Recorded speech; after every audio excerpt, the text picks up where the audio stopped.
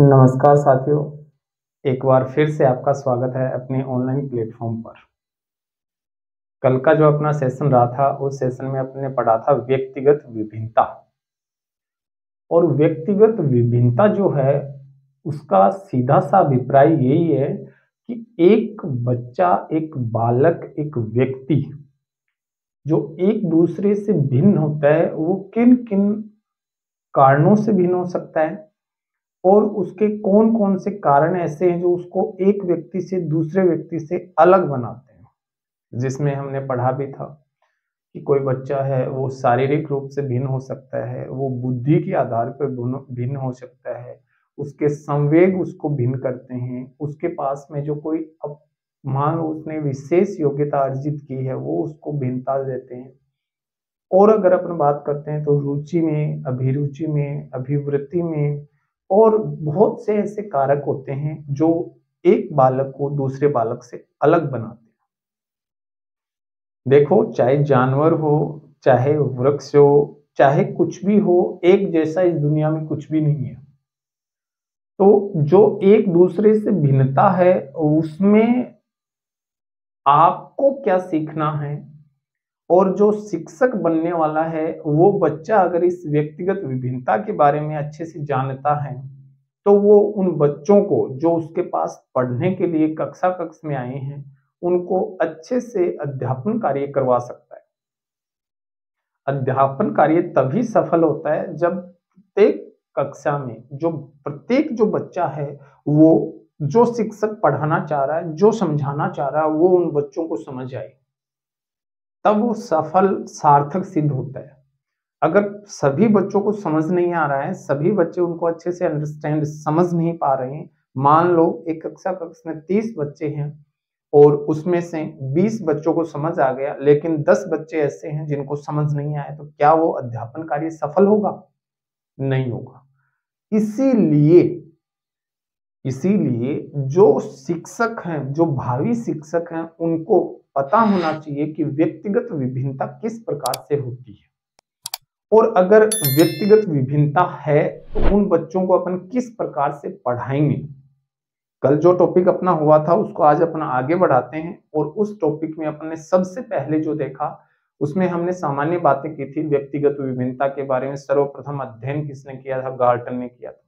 वैज्ञानिक कार्य किसने किया था? केटल ने किया था। लेकिन 19वीं शताब्दी में जब अल्फ्रेड बिने ने मानसिक योग्यताओं के परीक्षण के लिए जो स्केल बनाए थे, उस आधार पर इसको ज्यादा सटीकता से जांच की जाने लगी और धीरे-धीरे से डेवलप होकर और आज हमारे सामने है कि हम आराम से बता सकते हैं कि इस बच्चे की बुद्धि लब्धि इतनी है, इस बच्चे की बुद्धि लब्धि इतनी है, इस बच्चे को इस प्रकार से शिक्षा दी जाए जिससे कि इसके भविष्य निर्माण में ये शिक्षा सहायक हो। तो आज अगर कोई बच्चा हमारे सामने अगर कक्षा में 30 बच्चे बैठे हैं तो प्रत्येक बच्चा एक दूसरे से अलग है। चाहे वो रंग रूप में हो, चाहे वो आकार में हो, चाहे वो बुद्धि में हो, चाहे वो पहनावे में हो, तो हर एक रूप से वो एक बच्चा अलग है दूसरे से। लेकिन जो शिक्षक सामने खड़ा है वो तो उनको एक प्रकार से शिक्षा देता है।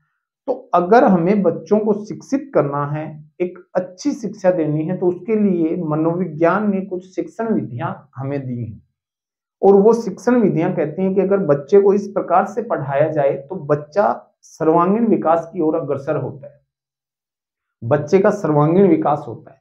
इसी आधार पर हमने कहा शुरुआत करते हैं आज के टॉपिक की अपन। और आज का जो टॉपिक है वो अपना रहेगा क्या? व्यक्तिगत भिन्नता पर आधारित शिक्षण विधियां। कौन कौन सी शिक्षण विधियां ऐसी हैं जो हमें सहूलियत प्रदान कर सकती हैं कक्षा में अगर बच्चों को कुछ सिखाना है तो। देखो, पहली जो विधि है वो है प्रोजेक्ट मेथड, जिसको प्रोजेक्ट विधि भी कह सकते हैं या प्रायोजना विधि। बहुत अच्छा प्रश्न बनता है हर बार एग्जाम में, हर बार रिट के एग्जाम में यहाँ से एक प्रश्न निकलता है इस विधि से। कन्फर्म इसको चाहे रट लेना, चाहे कुछ भी हो, ये विधि हमसे छूटनी नहीं चाहिए। ठीक है, ज्यादा बातें नहीं बताऊंगा, शॉर्ट में स्वीट में छोटी छोटी बातें हैं, उनको बस तैयार कर लो, ज्यादा नहीं है। पहला तो इसका प्रवर्तक कौन है? तो इसका प्रवर्तक है किलपैट्रिक। कौन है? किलपैट्रिक। इसने क्या कहा? इसने कहा कि प्रोजेक्ट पूरे मन से किया जाने वाला एक उद्देश्यपूर्ण कार्य है जो सामाजिक वातावरण में संपन्न होता है। देखो फिर समझो, कहता है कि प्रोजेक्ट जो है ना वो पूरे मन से किया जाने वाला एक उद्देश्यपूर्ण कार्य है जो कि सामाजिक वातावरण में संपन्न होता है।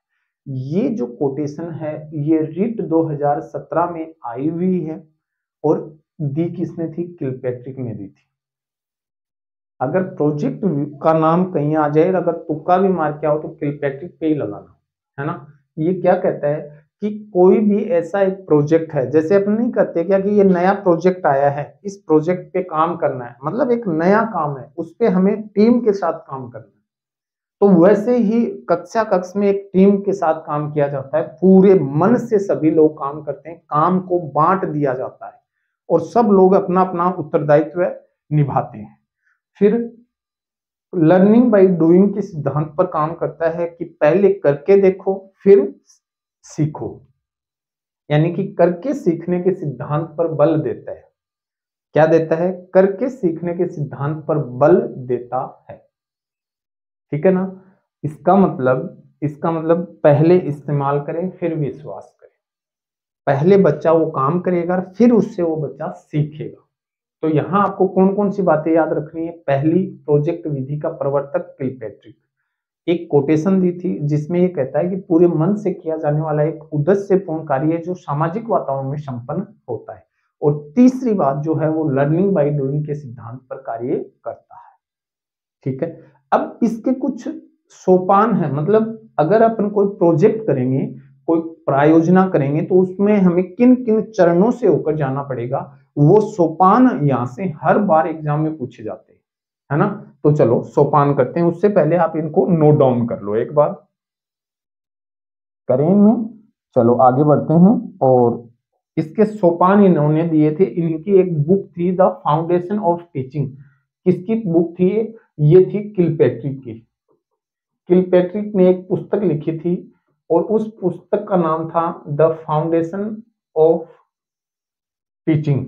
और इसमें इन्होंने 6 नाम दिए थे। ठीक है, 6 सोपान दिए थे। सोपान कितने दिए? 6 सोपान कितने दिए थे? 6 सोपान दिए थे। और वो 6 सोपान कौन से हैं? सबसे पहले आसान भाषा में समझते हैं। पहले अपन कोई वातावरण का निर्माण करेंगे, इन्वायरमेंट क्रिएट करेंगे। ठीक है, उसके बाद परियोजना का चयन करेंगे कि उस वातावरण के अंदर कौन सी परियोजना लागू की जानी चाहिए। फिर अपन बात करेंगे प्रायोजना का, जब चयन हो जाएगा तो उस पर हम उस योजना को बनाएंगे और योजना बनाने के बाद उसका क्रियान्वयन करेंगे और क्रियान्वयन के बाद उसका मूल्यांकन करेंगे और फिर उसका लेखा जोखा तैयार करेंगे। समझ गए? आसान से शब्दों में 6 सोपान है। 6 सोपान याद करते हैं। सबसे पहले वातावरण का निर्माण करेंगे, फिर हम प्रायोजना का चयन करेंगे, चयन करने के बाद योजना को बनाएंगे, बनाने के बाद उसको लागू करेंगे, क्रियान्वयन करेंगे, फिर उसका मूल्यांकन करेंगे और लास्ट में हम उसका निष्कर्ष जो है उसका लेखा जोखा तैयार करेंगे। 6 सोपान है, बिल्कुल आसान भाषा में समझना है। सबसे पहले वातावरण बनाया, फिर हमने योजना का चयन किया, फिर उसको योजना को बनाया, फिर उसका क्रियान्वयन किया, फिर उसका मूल्यांकन किया और फिर योजना का लेखा जोखा तैयार किया। बस इससे ज्यादा याद नहीं करना है प्रायोजना विधि में। बस इतना याद रखना, आपका 101% अगर प्रयोजना विधि से प्रश्न आएगा तो आप गलत नहीं करके आओगे। ज्यादा डीपली जाने की जरूरत नहीं है, ज्यादा आपको सोचने की जरूरत नहीं है। लर्निंग बाय डूइंग के सिद्धांत पे कार्य करती है और किलपैट्रिक की जो पुस्तक थी द फाउंडेशन ऑफ टीचिंग में इन्होंने 6 सोपान दिए। ओके, इसको नोट डाउन करो। हो गया नोट डाउन? चलो आगे बढ़ते हैं अपन और आगे देखते हैं।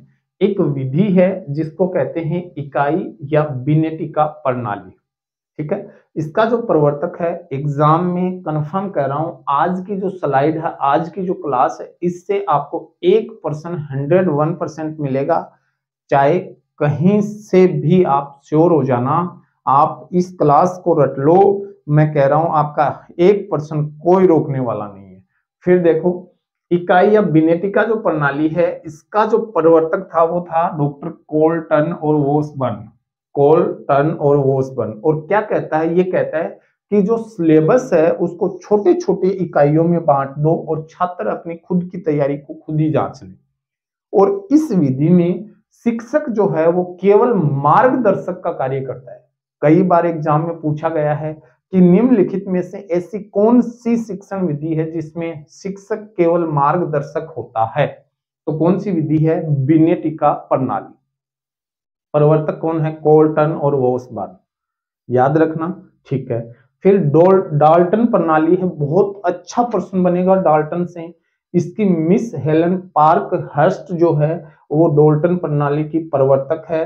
इस विधि को स्वाध्याय विधि, स्वाध्याय मतलब खुद ही पढ़ना, स्वाध्याय मतलब स्वयं ही पढ़ना, और इसमें स्कूल को कहा गया है बाल गृह। क्या कहा गया है, बाल गृह।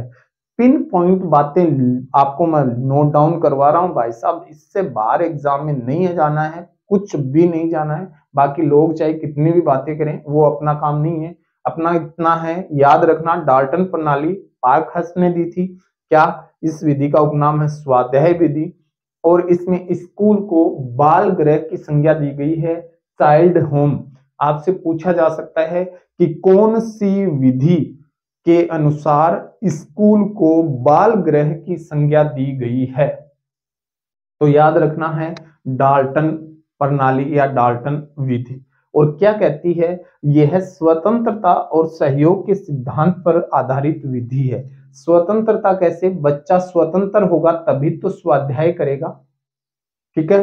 और सहयोग का मतलब शिक्षक जो है वो मार्गदर्शक होता है, वो सहयोग करता है बच्चे को पढ़ने में कि आपको इस प्रकार से इसमें अध्ययन करना है।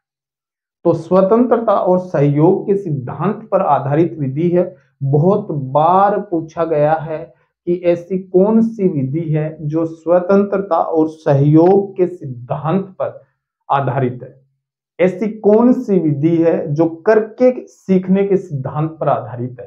तो आपको ये बातें याद रखनी है, बिल्कुल इनको यूं का यूं याद रखना है, आपको इनमें मिक्स नहीं करना है, ठीक है ना।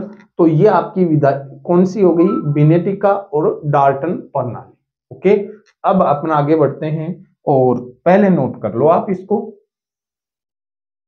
आगे बढ़ते हैं। और अगला जो अपना चैप्टर है वो क्या कहता है, एक विधि आई है नई, बहुत अच्छी विधि है, किंडरगार्टन, या जिसको हिंदी में बोलते हैं बालोद्यान विधि। बहुत अच्छी विधि है, हर जगह आपको मिलेगी। किंडरगार्टन विधि है, किसने दी थी, फ्रोबेल ने। बहुत बड़ा नाम है फ्रोबेल का, तो याद रखना किंडरगार्टन दी थी फ्रोबेल ने। और ये कहते हैं कि बच्चों को खेल खेल में सिखा दो, जो कुछ सिखाना है वो बच्चे को आप खेल खेल में सिखाओ। और इसमें शिक्षक को तो माली कहा है और बच्चे को पौधा कहा है। बहुत अच्छी बात है, याद रखना कौन सी विधि शिक्षक को माली तथा बच्चे को एक पौधे के रूप में प्रस्तुत करती है, कौन सी है, किंडरगार्टन प्रणाली। किसने दी थी, फ्रोबेल महोदय ने दी थी। तो याद रखना है, मैं फिर रिपीट कर रहा हूं, यहां से आपके एग्जाम में प्रश्न छपेंगे। बाकी आपकी मर्जी है, आप जहां जहां मर्जी हो वहां से पढ़ो, लेकिन पुराने एग्जाम के पेपर उठा लेना, प्रश्न छपे हुए यहीं से मिलेंगे। अगली जो विधि है वो है मोंटेसरी प्रणाली। इसकी जो प्रवर्तक थी डॉक्टर मोरिया मोंटेसरी, जो इटली की रहने वाली थी, और इन्होंने कहा था कि कर्मेंद्रियों और ज्ञानेंद्रियों के आधार पर शिक्षा व्यवस्था की जाए।